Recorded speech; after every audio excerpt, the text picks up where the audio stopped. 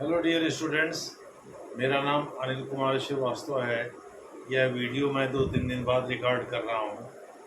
इस बीच पहलगाम घटना की प्रतिक्रिया स्वरूप भारत ने पाकिस्तान के आतंकवादी शिविरों पर हमला भी कर दिया। 6-7 मई की रात 1:05 से लेकर के 1:30 के बीच 25 मिनट में उनके 9 आतंकवादी शिविरों को नष्ट कर दिया। उसके प्रतिक्रिया स्वरूप फिर पाकिस्तान ने फेस सेविंग के रूप में अगले दिन भारत के 15 शहरों पर ड्रोन से हमले किए, कुछ मिसाइलें भी दागी। आज के पत्रकार वार्ता में जो सोफिया कुरैशी जी कर्नल हैं, उनके अनुसार इनमें से ज़्यादातर जो ड्रोन थे वो टर्किश मेड थे, यानी तुर्की के द्वारा दिए हुए थे।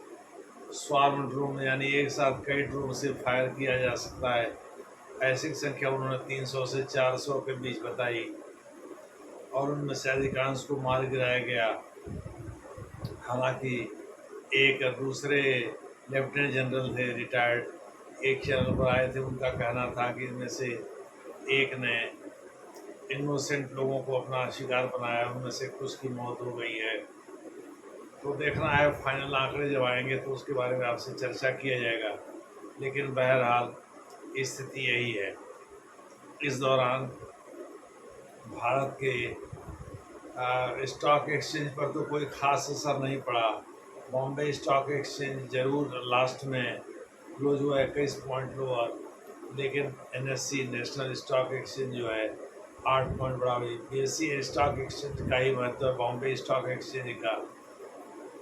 दरअसल यह 30 शेयरों का सेंसिटिव एक ट्रैकिंग होता है और डे टू डे घटता बढ़ता रहता है। युद्ध भारत और पाकिस्तान के बीच हुआ, मैं शेयर मार्केट इस बात को लेकर के कॉन्फिडेंट है कि नंबर 1, यह युद्ध में तब्दील नहीं होगा। अगर युद्ध में तब्दील हुआ भी तो भारत का अपर हैंड रहेगा।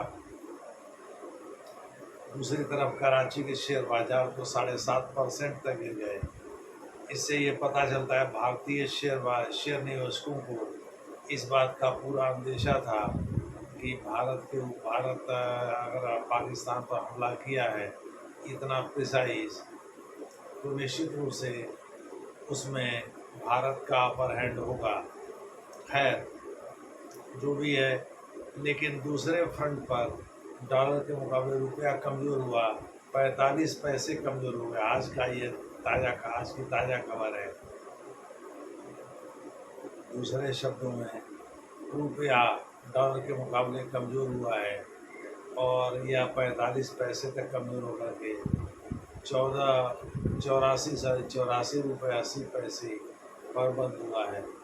दूसरे शब्दों में, ये पहले 84 के आसपास आ गया था, लेकिन 45 पैसे टूट जाने का मतलब है ये 84 रुपये 80 पैसे यानी $1 दे करके 84 रुपये 80 पैसे प्राप्त किए जा सकते हैं शेयर मार्केट में। ये मॉनेटरी एक्सचेंज का जो फार्मूला होता है बड़ा सिंपल होता है। 30 शेयरों के वेटेड एवरेज को लेकर के ये तैयार किया जाता है। ये बड़ा सिंपल होता है, इसमें कोई ज़्यादा दिमाग लगाने की जरूरत नहीं है।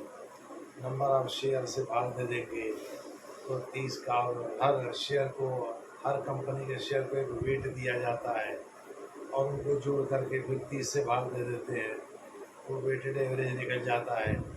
इसमें ज़्यादा दिमाग लगाने की जरूरत नहीं है।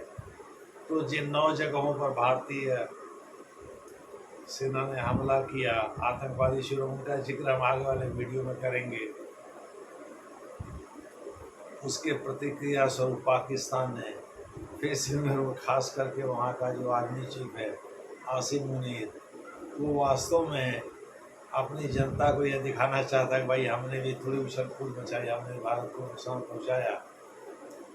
इसी वजह से उसने एक साथ कई ड्रोन से हमले किए, कुछ मिसाइलें भी दागी और कुछ एयरक्राफ्ट भेजे।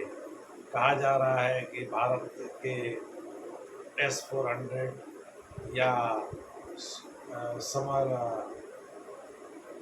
एंटी मिसाइल डिफेंस सिस्टम या आकाश एंटी मिसाइल डिफेंस सिस्टम या यानी AMD शॉर्ट में हम बोलते हैं, L70 AMD या ZU-23 जैसे AMD का प्रयोग करके भारत ने इनमें से अधिकांश मिसाइलों को या हमलों को नाकाम कर दिया। इसमें सबसे प्रमुख रोल S-400 ने निभाया। तो खैर, इसकी चर्चा तो हम बाद में करेंगे, लेकिन भारत के ऊपर आर्थिक दबाव पड़ रहा है, इससे इनकार नहीं किया जा सकता। भले ही शेयर मार्केट पढ़ना पड़ रहा हो, शेयर मार्केट तो ठीक है, लेकिन डॉलर के मुकाबले रुपए का कमजोर होना अंतर्राष्ट्रीय भुगतान में भारत के लिए दिक्कत पैदा करेगा। भारत को ज़्यादा डॉलर देना होगा। एक 159 लीटर का एक बैरल होता है। एक बैरल में 159 लीटर के करीब कच्चा तेल आता है। तो कच्चे तेल का भी भुगतान करना होगा भारत को। यही नहीं, भारत को अपनी देनदारी भी जो चुकानी है, उसमें भी भारत के लिए अगर रुपया कमज़ोर होता है डॉलर के मुकाबले तो चीज़ें खराब होंगी। हालांकि फ़ायदा भी है, एक्सपोर्ट प्रमोट होगा।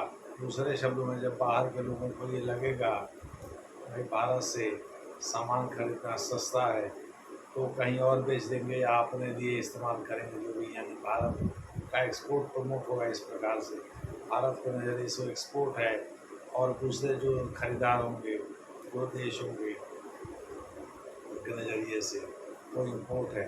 सपोज करिए भारत का सामान अमेरिका खरीदता है, तो अमेरिका को कम पैसा का माने $1 में ज़्यादा सामान मिलेगा, चूँकि रुपया सस्ता हो गया है। रुपया महंगा होने से सबसे ज़्यादा नुकसान एक्सपोर्ट पर ही होता है। एक्सपोर्ट को प्रमोट करना हर देशों के का कर्तव्य है, चूँकि एक्सपोर्ट अर्निंग से जो पैसा मिलता है वो अपना होता है। FDI FPI से जो पैसा मिलता है, भले हम बोलते हैं विदेशी मुद्रा भंडार हमारा इतना है उतना है, लेकिन सच्चाई क्या है? विदेशी मुद्रा भंडार वास्तव में एक लाइबिलिटी की तरह से होता है, जिसको FPI वाला FDI वाला जब चाहे पेश करके, और FDI वाले में थोड़ा टाइम लगता है, क्योंकि वह शेयर में तो लगता नहीं है, वह advertisement promotion, employing promotion, asset, permanent asset, चल संपत्ति आदि में लगता है। तो इस प्रकार से उसको बेच निकालने में थोड़ा टाइम लगता है। FPI तरफ फॉरेन पोर्टफोलियो इन्वेस्टमेंट की तरह से FDI फॉरेन डायरेक्ट इन्वेस्टमेंट नहीं है, लेकिन फिर भी FDI और FPI सेल करेंगे, क्योंकि भारत जब सामान बाहर बेचेगा तो अधिक डॉलर लेकर के आएगा, और अधिक डॉलर से वो अपने फॉरेन एक्सचेंज रिजर्व को और बढ़ा पाएगा। हालांकि 84 रुपये 80 पैसा भी कमतर नहीं है, यह भी एक अच्छा खासा अमाउंट है $1 की तुलना में। थोड़ा सा और भारतीय रुपया मजबूत होगा तो अच्छा ही है। बहरहाल भारत को डॉलर के मुकाबले थोड़ा नुकसान उठाना पड़ रहा है, इस सीमा पार से हो रहे तनाव के कारण या लड़ाई के कारण। देखना है, अभी लड़ाई औपचारिक से तो युद्ध शुरू नहीं हुआ है, देखना है पाकिस्तान के प्रति भारत का रवैया क्या होता है, और डॉलर के प्रति इसी प्रकार से रुपया का रवैया क्या होता है। ये दोनों देखने वाली बात होगी। धन्यवाद।